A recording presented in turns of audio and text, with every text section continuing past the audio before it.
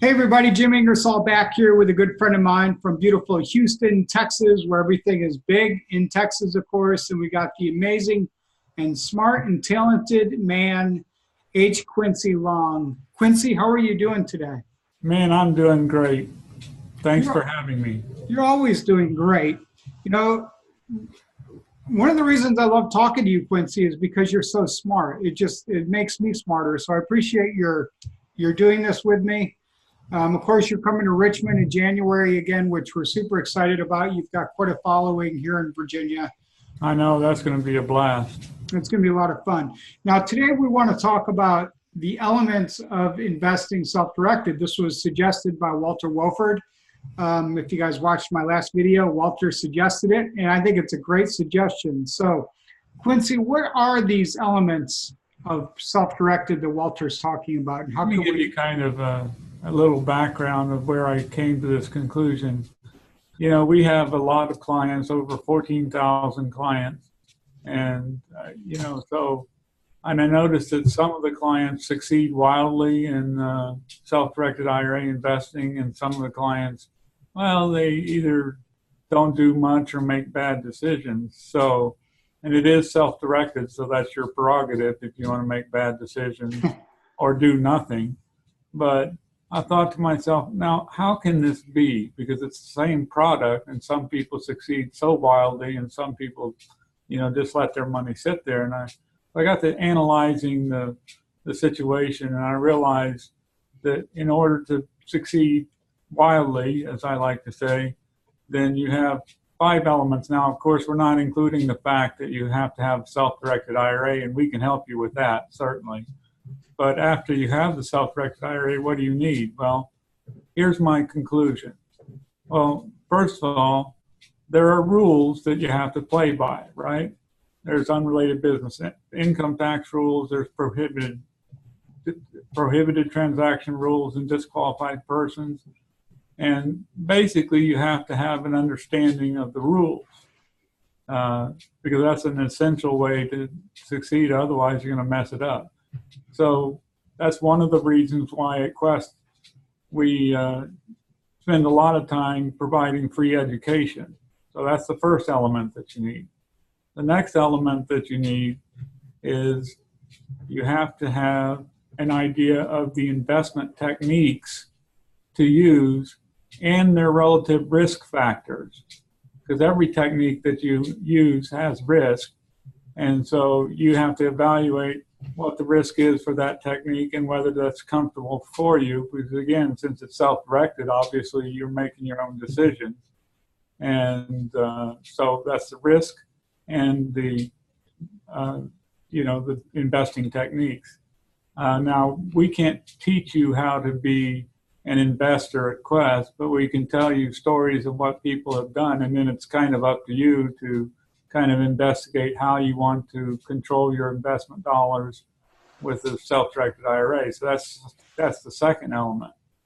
The third element is that you have to have money, but it's not just money or access to money. That's the key.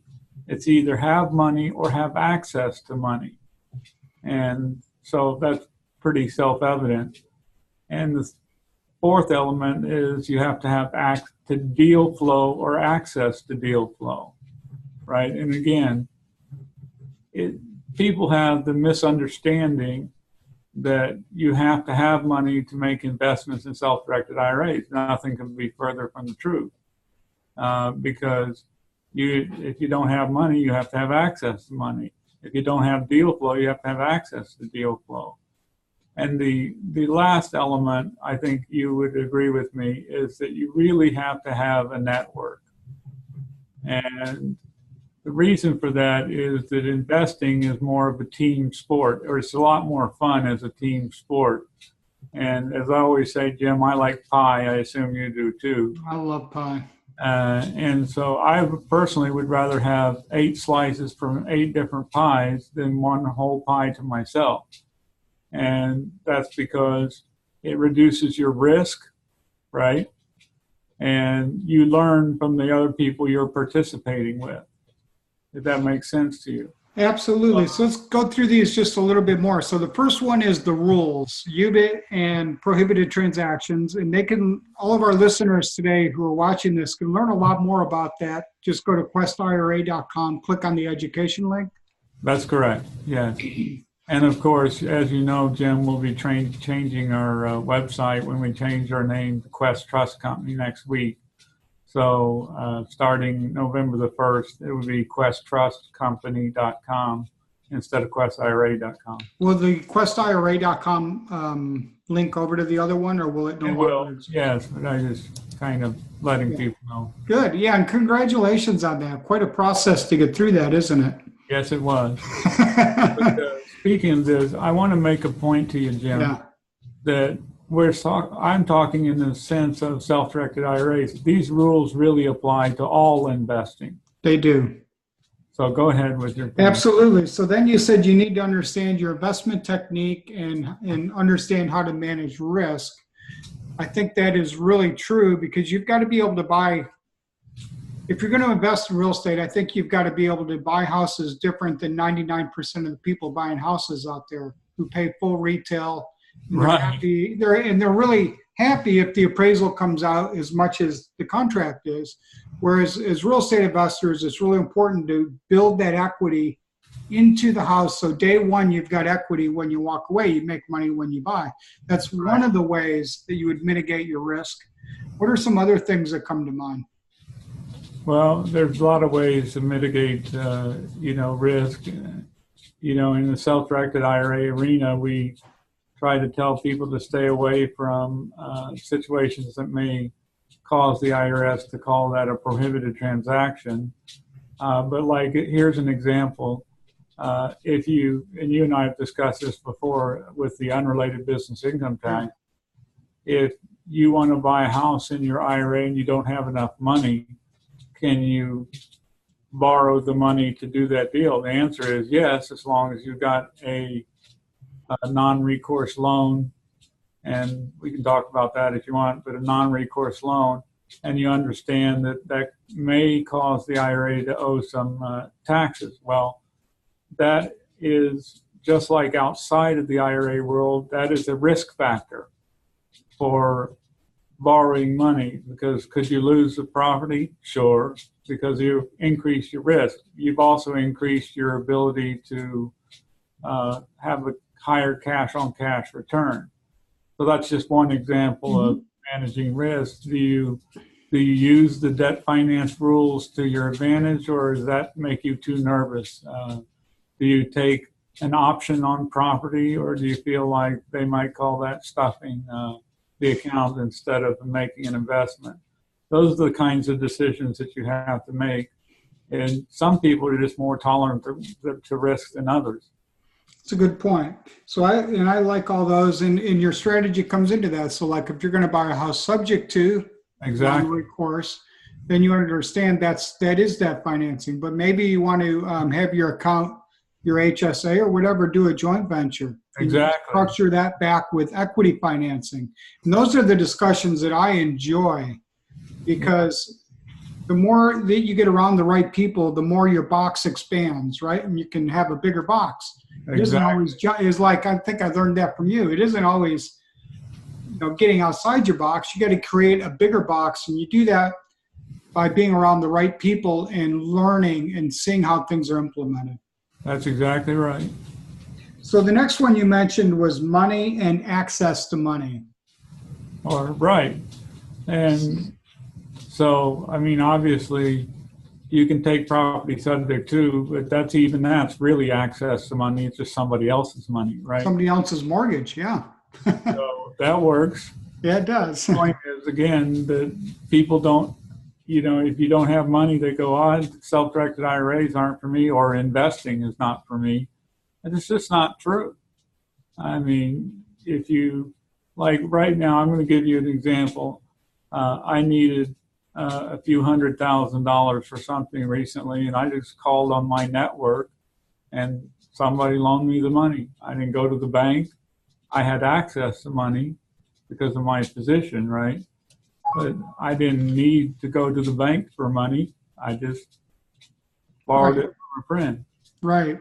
And I think that's really important. And self-directed IRAs are like a capital faucet you can just literally turn on, but it's all based on having really strong relationships and understanding Exactly. what you're doing, where you can protect everybody in that deal to manage the risk.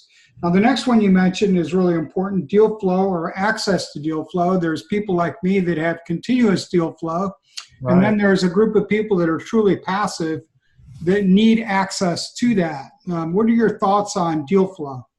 Well, so for example, I do a lot of investing myself. As you know, I'm not the naked tailor. I mean, I'm out there doing You deals are. about every week.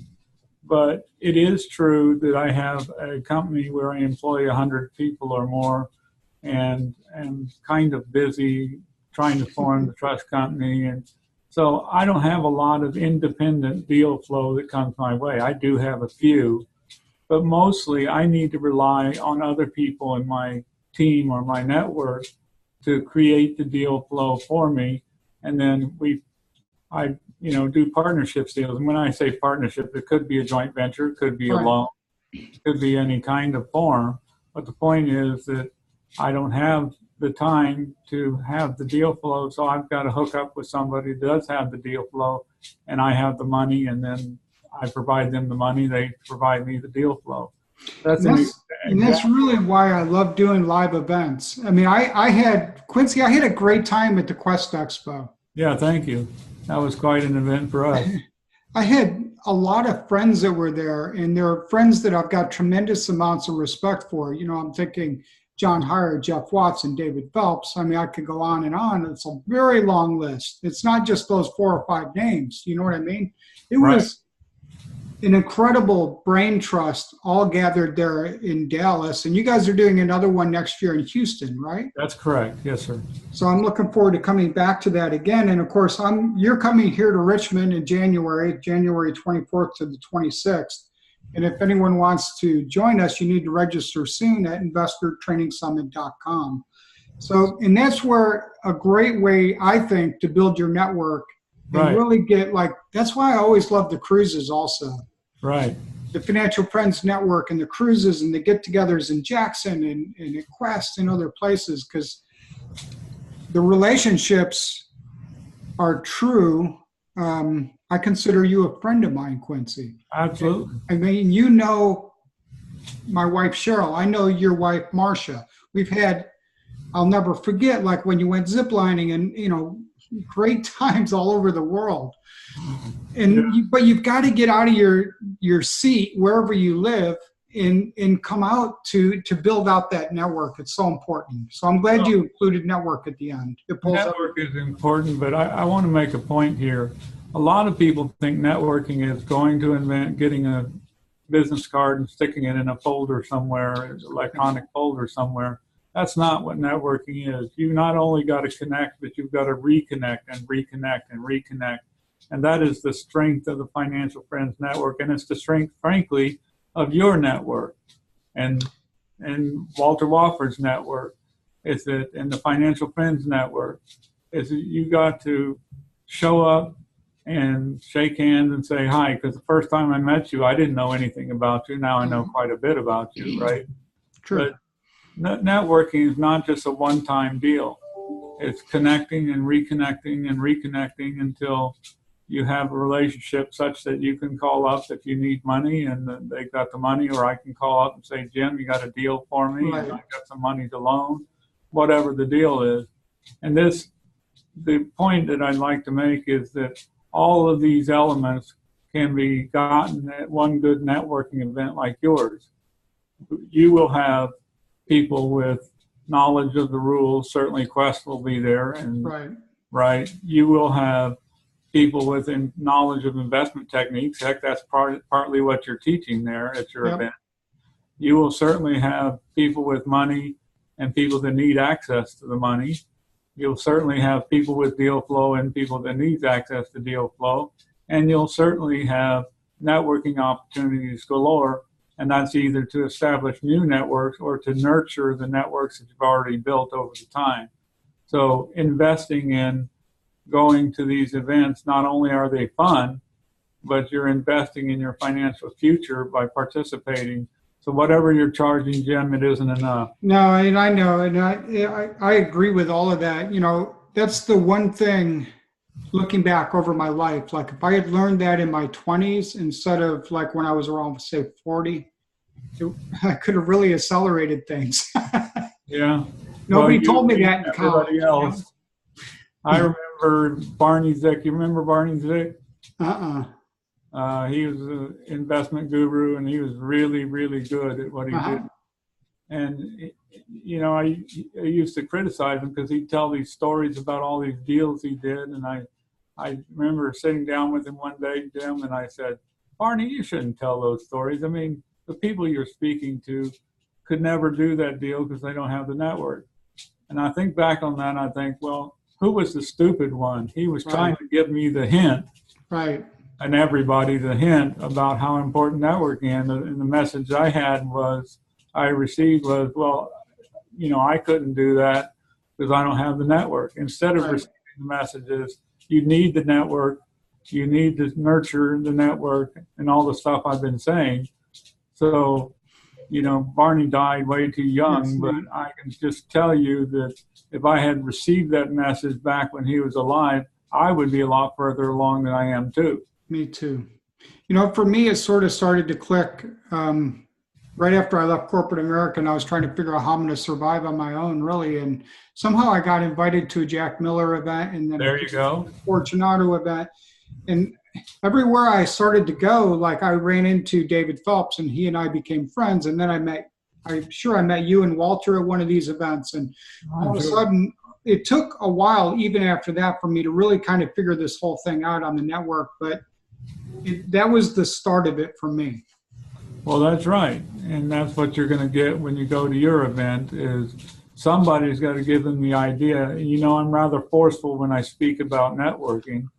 And that's because I don't want other people to make the same mistakes I made and learn in their 50s or, well, I've learned in my 40s, but still. The point is, it's so important and so impactful to your financial and, you know, regular future that you just got to do it. You got to show up. Yeah, absolutely. Just show up. So if you guys want to get registered, go to investortrainingsummit.com and join Super Q&I in Richmond in January. It will be well worth your time, and it's easy investment to make. We look forward to doing it. Quincy, I got to respect your time. Thank you, sir. I know you're busy with your trust company and all the transitions and things. Yeah, exciting things set up, but we're almost there. All right, congratulations. I love all you guys at Quest and really appreciate you guys greatly. So thanks for doing this today, and I look forward to seeing you in January. Okay, Jen. Thank you again.